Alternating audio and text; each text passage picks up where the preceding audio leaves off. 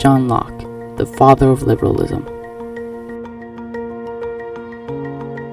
The beginning of the Enlightenment. Before the Enlightenment, Europe was ruled by an absolute ruler.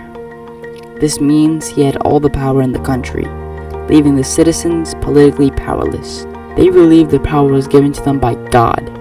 This is called divine right. Religious tolerance in this era was almost non-existent, making people want to seek peace. When the scientific revolution rolled around, it showed people that they should not blindly believe everything that was told to them. Instead, do their own research and search for the truth. This caused people to abolish absolute monarchy, causing the beginning of the Enlightenment. Let's talk about John Locke's background. He was born in 1632. John Locke also went to the University of Oxford, where he studied medicine and philosophy. His family were Peruvians, so that shaped his view on the government. He spent his time as a personal physician and advisor to the Earl Shaftesbury. He was forced to be exiled in Holland for 6 years. In those 6 years, he wrote 2 books, one being 2 Treasuries of the Government, and the other being an essay concerning human understanding. John Locke's involvement in the Enlightenment. John Locke played a major role in the Enlightenment because he argued against government authority, stating that the government's power comes from the citizens' consent, instead of an absolute monarchy, also known as divine right. He believed everyone is born with a natural right, which is life, liberty, and property, and that is which no other can take away. To protect these rights, Locke believed that people should enter a social contract with the government that would limit their power. If the government uses their power to become a tyrant, he argued that the citizens would have the right to overthrow him and replace him.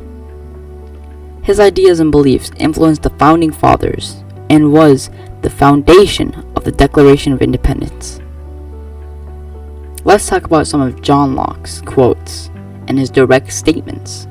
He once said, "Being all equal and independent, no one ought to harm another in his life, health, liberty, or passion."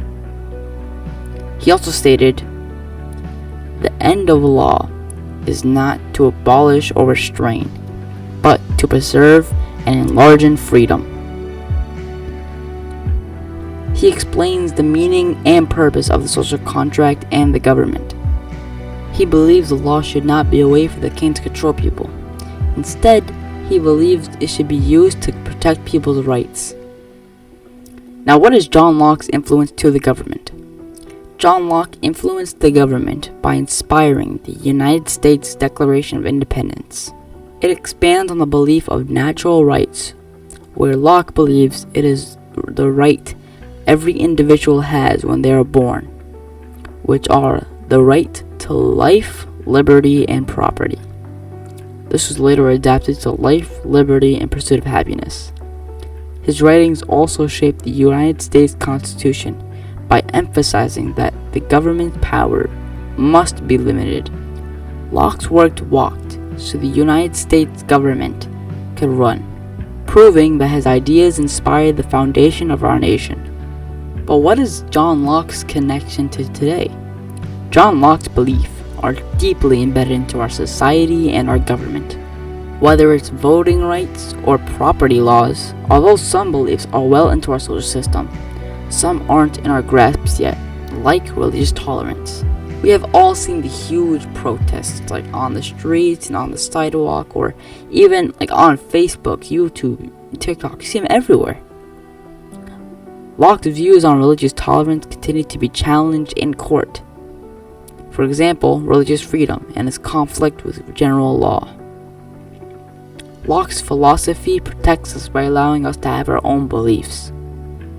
Now here's my evaluation and personal reflection. I agree with John Locke's beliefs because I am Muslim, and without his ideas being influenced into my day-to-day life, I wouldn't be able to walk around in my country without having my beliefs stripped away from me just because I'm in my country. His argument that a person's religious belief does not affect their day-to-day life as a civilian allows anybody, regardless of their faith, to be treated equally by law.